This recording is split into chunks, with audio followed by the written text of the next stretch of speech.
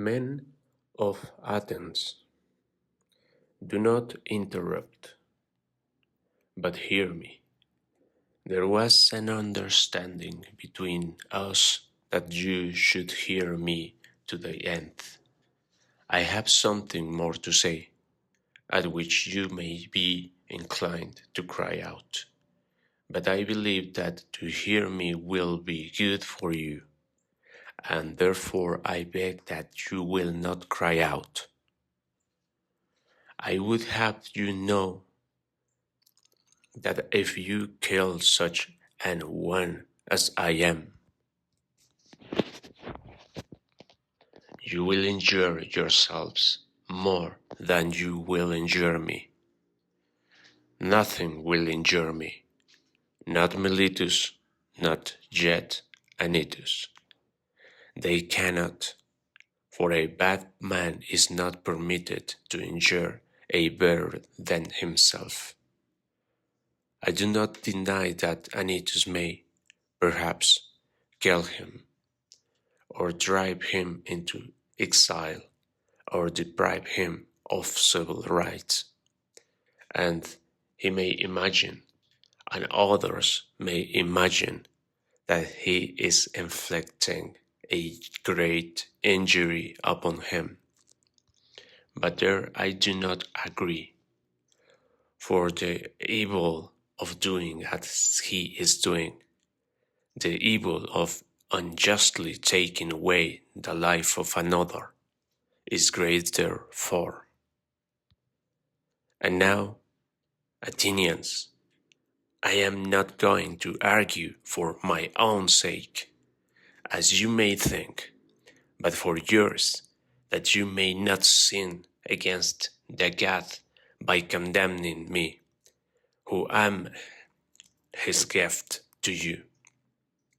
For if you kill me, you will not easily find a successor to me, who, if I may use such a ludicrous figure of speech, am a sort of gadfly given to the state by God.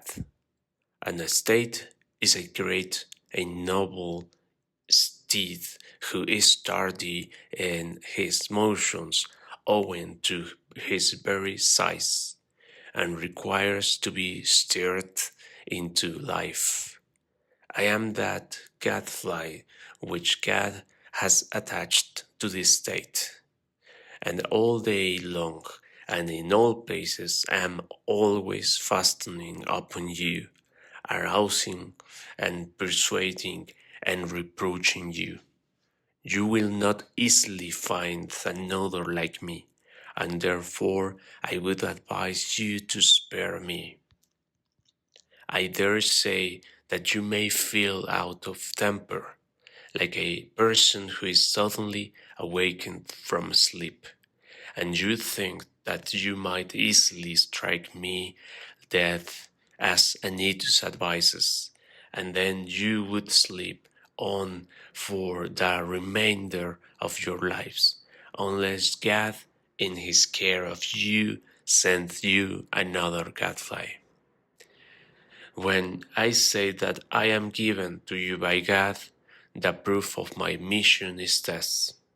If I had been like other men, I should not have neglected my own concerns or patiently seen the neglect of them during all these years, and have been doing yours, coming to you individually like a father or elder brother, exhorting you to regard virtue. Such conduct, I say, would be unlike human nature. If I had gained anything, or if my exhortations had been paid, there would have been some sense in my doing so. But now, as you will perceive, not even the impudence of my accusers dares to say that I have ever exacted or sought pay of anyone, or that they have no witness, and I have a sufficient witness to the truth of what I say, my poverty. Someone may wonder why I go out in private giving advice and busying myself with the concerns of others, but do not venture to come forward in public and advise the state. I will tell you why. You have heard me speak at sundry times, and in divers places of an oracle or sign which comes to me, and is that divinity which Miletus ridicules in the indictment. This sign, which is a kind of voice, first began to come to me when I was a child. I was always forbids but never commands me to do anything which I am going to do. This is what deters me from being a politician, and rightly, as I think, for I am certain, O men of Athens, that if I had engaged in politics, I should have perished long ago, and done no good either to you or to myself. And do not be offended at my telling you the truth, for the truth is that no man who goes to war with you or any other multitude, honestly striving against the many lawless and unrighteous deeds which are done in a state, will save his life. He who will fight for the right, if he would live even for a brief space, must have a private station and not a public one. I can give you convincing evidence of what I say, not words only, but what you value far more, actions. Let me relate to you a passage of my own life which will prove you that I should never have yielded to injustice from any fear of death, and that as I should have refused to yield, I must have died at once. I will tell you a tale of the cards, not very interesting perhaps, but nevertheless true. The only office of state which I ever held, O men of Athens, was that of senator. The tribe of Antiochus, which is my tribe, had the presidency at the trial of the generals who had not taken up the bodies of the slain after the battle of Arginaceae, and you propose to try them in a body, contrary to law, as you all thought afterwards. But at that time I was the only one of the Britons who was opposed to the illegality and had gave my boast against you. And when the orators threatened to impeach and arrest me, and you called and shouted, I made up my mind, and I would run the risk having law and justice with me, rather than take part in your justice or injustice, because I feared imprisonment and death. This happened in the days of the democracy. But when the oligarchy of the 30 was in power, they sent for me and for others into the rotunda, and bade us bring Leon the Salaminian from Salamis, as they wanted to put him to death. This was a specimen of the sort of commands which they were always giving with the view of implicating as many as possible in their crimes.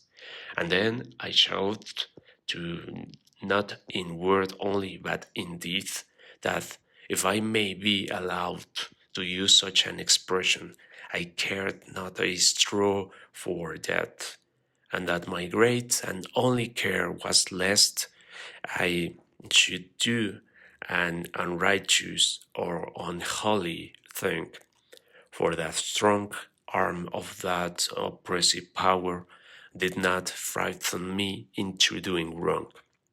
And when we came out of the rotunda, the other four went to the salamis and fetched Leon, but I went quietly home, for which I might have lost my life, had not the power of that theory shortly afterwards come to an end, and many will witness to my words.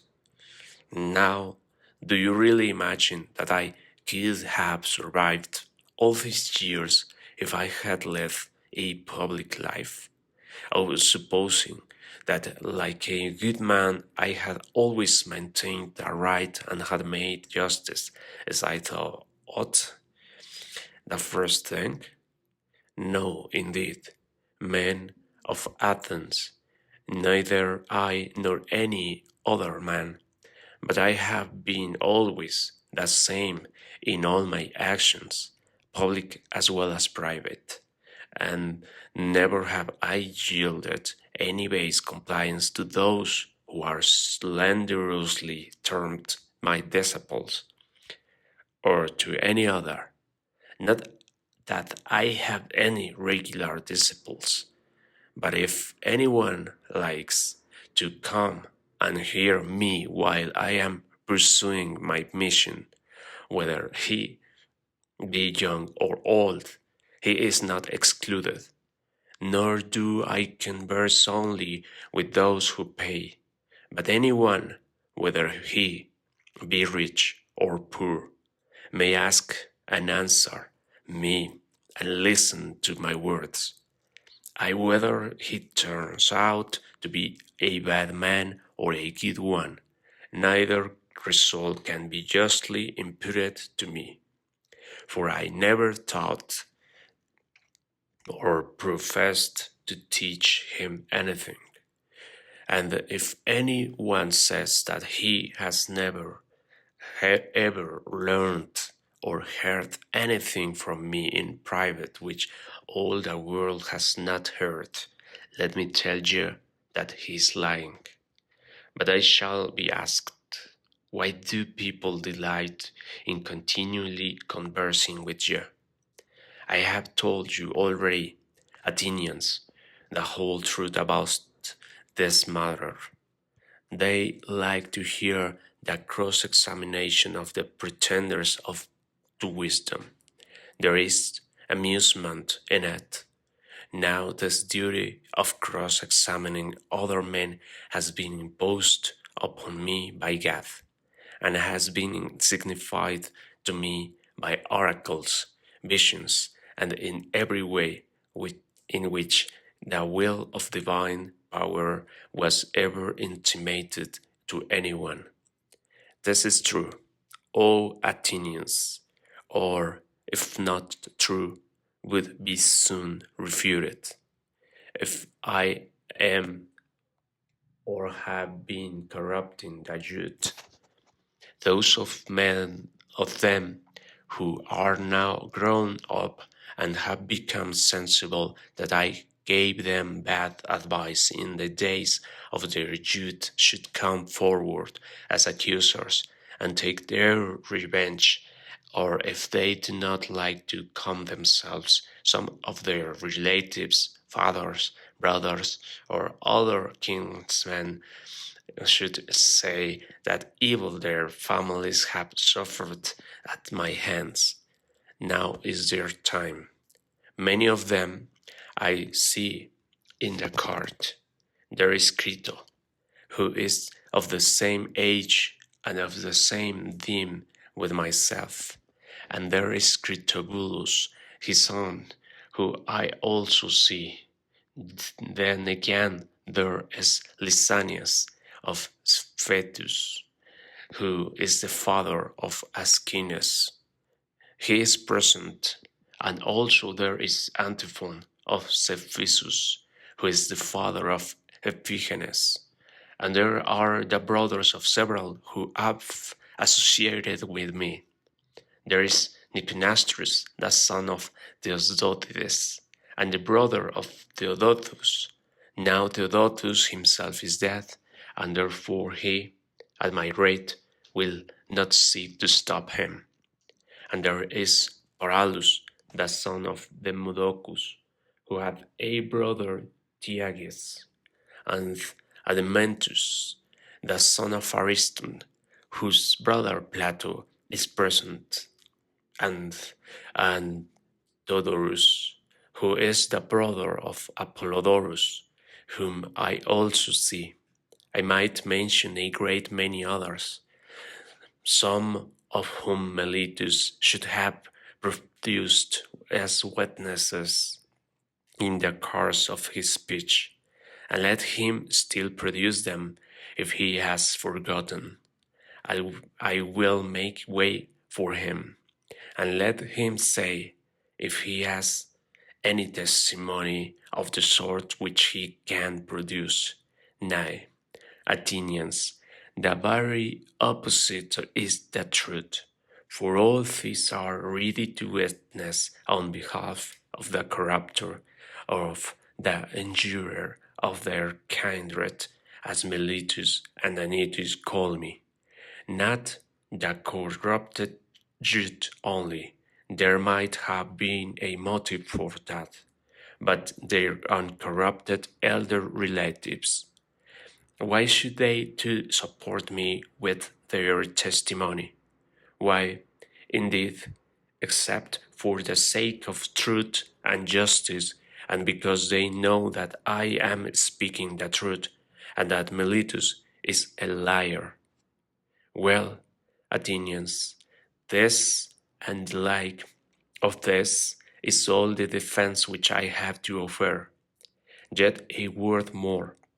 Perhaps there may be some one who is offended at me when he calls to mind how he himself, on a similar or even a less serious occasion, prayed and entreated the judges with many tears, and how he produced his children in court, which was a moving spectacle, together with a host of relations and friends, whereas I, who am probably in danger of my life, will do none of these things.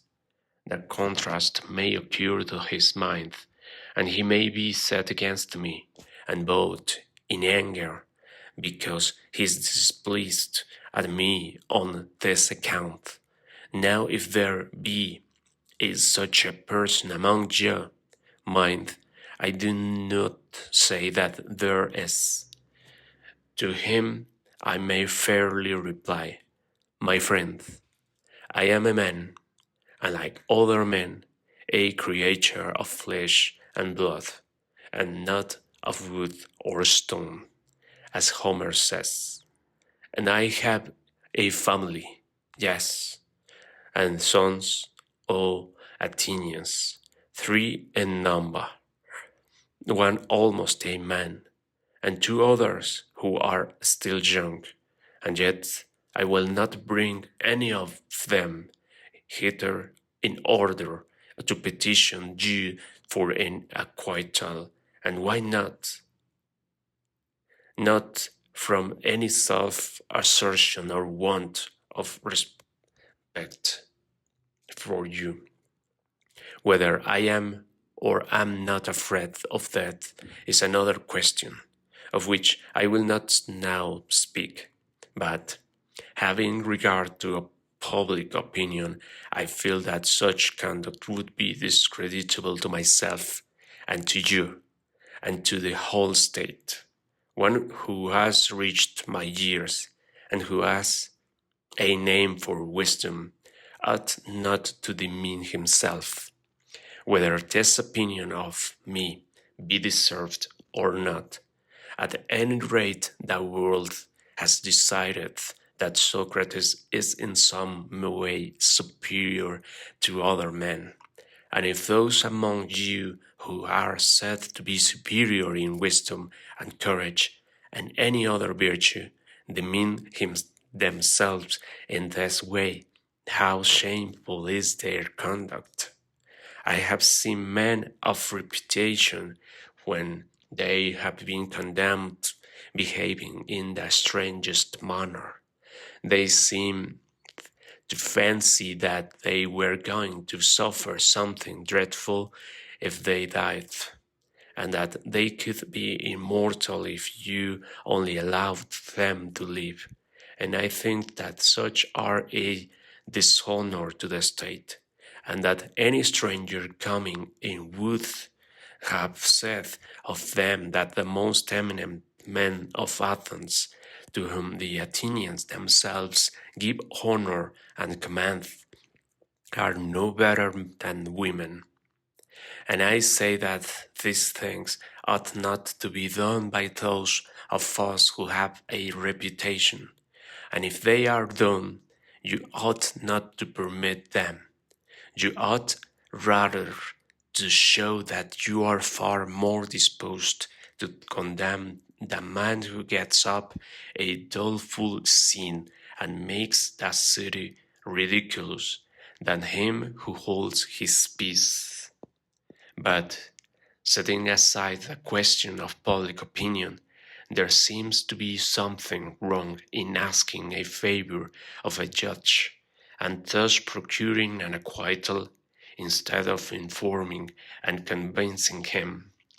For his duty is not to make a present of justice, but to give judgment, and he has sworn that he will judge according to the laws, and not according to his own good pleasure.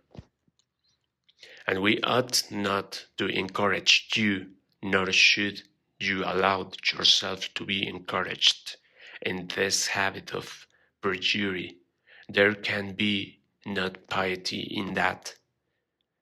Do not then require me to do what I consider dishonorable and impious and wrong, especially now when I am being tried for impiety on the indictment of Miletus. For if, O men of Athens, by force of persuasion and entreaty, I could overpower your oath, then I should be teaching you to believe that there are no gods, and in defending should simply convict himself of the charge of not believing in them. But that is not so, far otherwise. For I do believe that there are gods, and in a sense higher than that in which any of my accusers believe in them. And to you and to God I commit my cause, to be determined by you as is best for you and me. There are many reasons why I am not grieved, O men of Athens, at the vote of condemnation. I expected it, and am only surprised that the votes are so nearly equal, for I had thought that the majority against me would have been far larger. But now, had 30 votes gone over to the other side, I should have been acquitted. And I may say, I think, that I have escaped Miletus. I may say more, for without the assistance of Anytus and Lycon, any one may see that he would not have had a fifth part of the votes, as the law requires, in which cause he would have incurred a fine of 8,000 drachmae. And so he proposes death as the penalty. And what shall I propose on my part, O men of Athens? Clearly that which is my due. And what is my due? What return shall be made to the man who has never had the wit to be idle during his whole life? but has been careless of what the many care for: wealth, and family interests, and military offices, and speaking in the assembly, and magistracies, and plots, and parties, reflecting that I was really too honest a man to be a politician and live.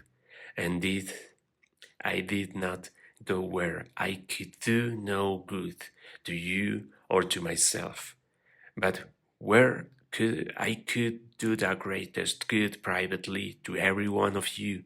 Thither I went. I sought to persuade every man among you that he must look himself and seek virtue and wisdom before he looks to his private interests, and look to the state before he looks to the interests of the state, and that this should be the order which he observes in all his actions. What shall be done to such an one? Doubtless one some good thing, O men of Athens, if he has his reward, and the gods should be of a kind suitable to him. What would be a reward suitable to a poor man who is your benefactor, and who desires leisure that he may instruct you? There can be no reward so fitting as maintenance in the Prytaneum, O men of Athens, a reward which he deserves far more than that citizen who has won the prize at Olympia in the horse or chariot race, whether the chariots were drawn by two horses or by many. For I am in want, and he has enough, and he only gives you the appearance of happiness, and I give you the reality. And if I am to estimate the penalty fairly, I should say that maintenance in the Prytaneum is the just return. Perhaps you think that I am braving you in what I am saying now, and as in what I said before about the tears and prayers. But this is not so. I speak rather because I am convinced that I never intentionally wronged anyone, although I cannot convince you. The time has been too short. If there were a law at Athens, as there is in other cities, that a capital cause should not be decided in one day, then I believe that I should have convinced you. But I cannot in a moment refute great slanders, and as I am convinced that I never wronged another, I will assuredly not wrong myself. I will not say of myself that I deserve any evil or propose any penalty. Why should I? Because I am afraid of the penalty of that which Miletus proposes. When I do not know whether that is a good or an evil, why should I propose a penalty which would certainly be an evil? Shall I say imprisonment? And why should I live in prison and be the slave of the magistrates of the year of the 11? Or shall the penalty be a fine and imprisonment until a fine is paid? There is the same objection. I should have to lie in prison for money I have none, I cannot pay.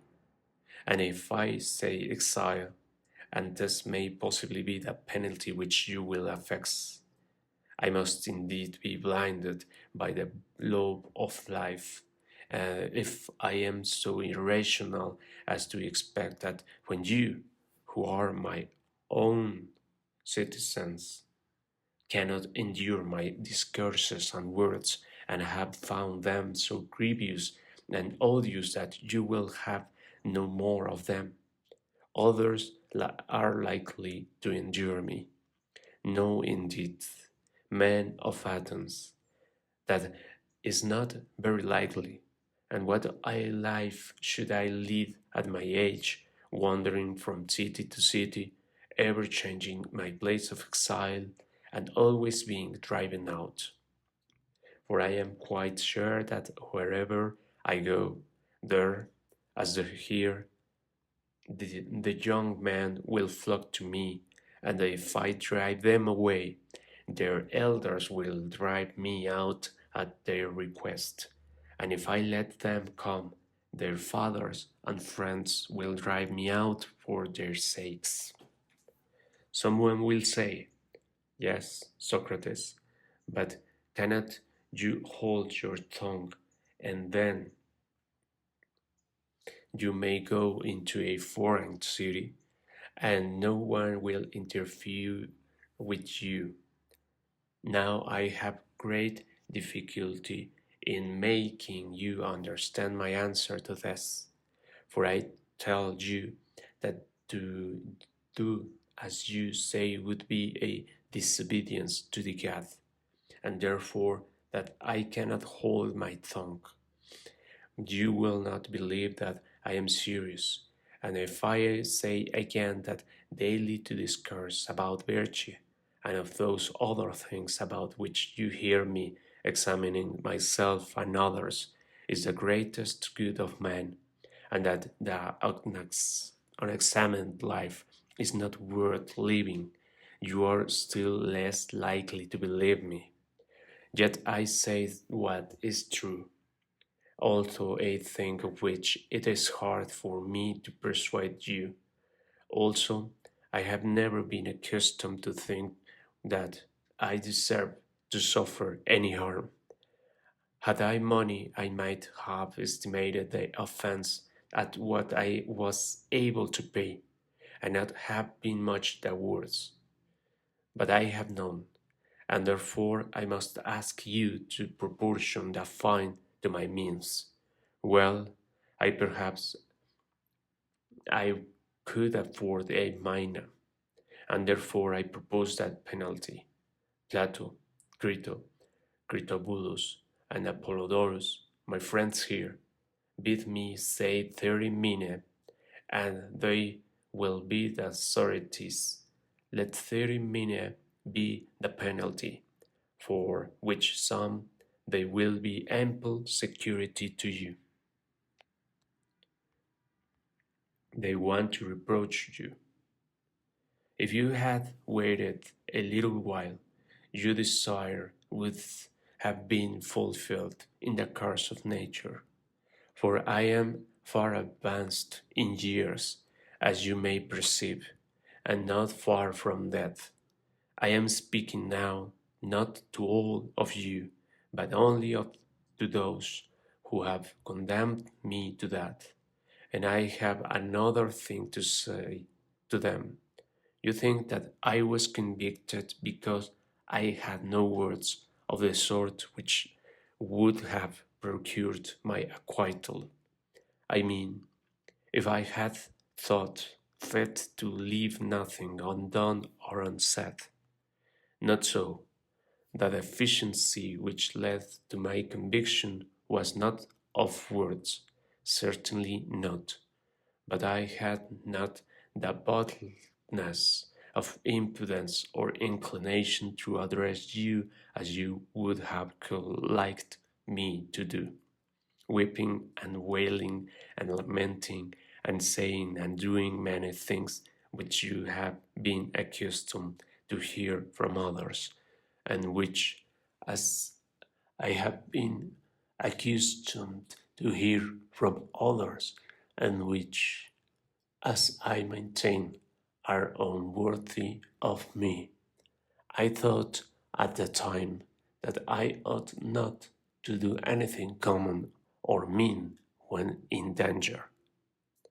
Nor do I now repent of this style of my defense. I would rather die having spoken after my manner than speak in your manner and live. For neither in war nor yet at law ought I or any man to use every way of escaping death. Often in battle there can be no doubt that if a man will throw away his arms and fall on his knees before his pursuers, he may escape death. And in other dangers, there are other ways of escaping death. If a man is willing to say and do anything, the difficulty, my friends, is not to avoid death, but to avoid unrighteousness, for that runs faster than death. I am old and move slowly, and the slower runner has overtaken me, and my accusers are keen and quick, and the faster runner, who is unrighteousness, has overtaken them. And now I depart hence, condemned by you to suffer the penalty of death. They too go their ways, condemned by the truth to suffer the penalty of villainy and wrong, and I must abide by my word. Let them abide by theirs. I suppose that these things may be regarded as fated, and I think that they are well. And now, O men who have condemned me, I would fain prophesy to you, for I am about to die, and in the hour of death men are gifted with prophetic power. And I prophesy to you who are my murderers, that immediately after my departure, punishment far heavier than you have inflicted on me will surely await you. Me you have killed because you wanted to escape the accuser and not to give an account of your lives. But that will not be as you suppose, far otherwise. For I say that there will be more accusers of you than there are now, accusers whom hitherto I have restrained. And as they are younger, they will be more inconsiderate with you, and you will be more offended at them. If you think that by killing men you can prevent someone from censoring your evil lives, you are mistaken. That is not a way of escape which is either possible or honorable. The easiest and the noblest way is not to be disabling others, but to be improving yourselves. This is the prophecy which I utter before my departure to the judges who have condemned me, friends who would have acquitted me. I would like also to talk with you about that thing which has come to pass, while the magistrates are busy, and therefore I go to the place at which I must die. Stay then a little, for we may as well talk with one another while there is time. You are my friends, and I should like to show you the meaning of this event which has happened to me.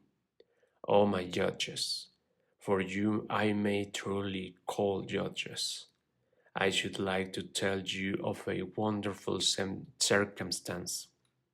Hitherto, the divine faculty of which the internal oracle is the source has constantly been in the habit of opposing me even about trifles.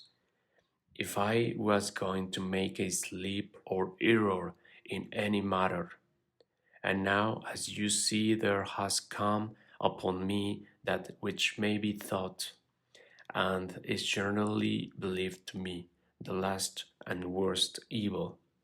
But the oracle made no sign of opposition, either when I was leaving my house in the morning, or when I was on my way to the court, or while I was speaking, at anything which I was going to say, and yet I have often been stopped in the middle of a speech, but now in nothing I either said nor or did touching the matter in hand has the oracle opposed to me.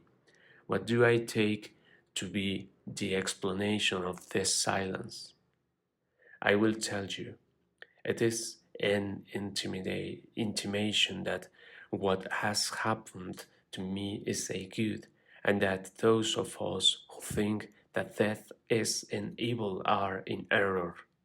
For the customary sign would surely have opposed me had I been going to evil and not to good. Let us reflect in another way, and we shall see that there is a great reason to hope that that is a good, for one of two things. Either that is a state of nothingness, and other unconsciousness, or, as men say, there is a change and migration of the soul from this world to another. Now, if you suppose that there is no consciousness but a sleep like the sleep of him who is undisturbed, even my dreams, that will be an unspeakable again. For if a person were to select the night in which his sleep was undisturbed, even my dreams, and were to compare with this the other days and nights of his life, and then were to tell us how many days and nights he had passed in the course of his life better and more pleasantly than this one.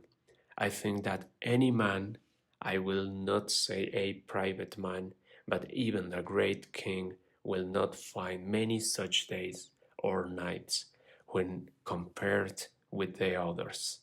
Now, if death be of such a nature, I say that to die is a gain, for eternity is then only a single night. But if death is the journey to another place, and there, as men say, all the dead abide, what good, O my friends and judges, can be greater than this? If indeed, when the pilgrim arrives in the world below, he is delivered from the professors of justice in this world, and finds the true judges who are said to give judgment there, Minos and Radamanthus and Achaicus and Tripolemus and other sons of God who were righteous in their own life, that pilgrimage will be worth making. What would not a man give if he might converse with Orpheus and Musaeus and Hesiod and Homer? Nay, if this is true, let me die again and again. I myself, too, shall have a wonderful interest in their meeting and conversing with Palamedes and Ajax, the son of Telamon, and any other ancient hero who has suffered death through an unjust judgment, and there will be no small pleasure, as I think, in comparing my own sufferings with theirs. Above all, I shall then be able to continue my search into true and false knowledge, as in this world, so also in the next, and I shall find out who is wise and who pretends to be wise and is not. What would not a man give, O judges, to be able to examine the letter of the great Trojan expedition, or Odysseus, or Sisyphus, or numberless others, men and women too. What infinite delight would there be in conversing with them and asking them questions? In other words, they do not put a man to death for asking questions. Assuredly not, for besides being happier than we are, they will be immortal if what is said is true. Wherefore, O judges, be of good cheer about death, and know of certainty that no evil can happen to a good man, either in life or after death. He and his are not neglected by the gods, nor has my own approaching end happened by mere chance. But I see clearly that the time hath arrived when it was better for me to die and be released from trouble. Wherefore the oracle gave no sign, for which reason also I am not angry with my condemners or with my accusers. They have done me no harm, although they did not mean to do me any good, and for this I may gently blame them. Still, I have a favor to ask of them. When my sons are grown up, I would ask you, O my friends, to punish them, and I would have you trouble them as I have troubled you, if they seem to care about riches or anything more than about virtue, or if they pretend to be something when they are really nothing. Then reprove them as I have reproved you for not caring about that for which they ought to care, and thinking that they are something when they are really nothing. And if you do this, both I and my sons will have received justice at your hands. The hour of departure has arrived, and we go our ways, I to die and you to live, which is better God only knows. This is the end of Apology of Plato. Thanks.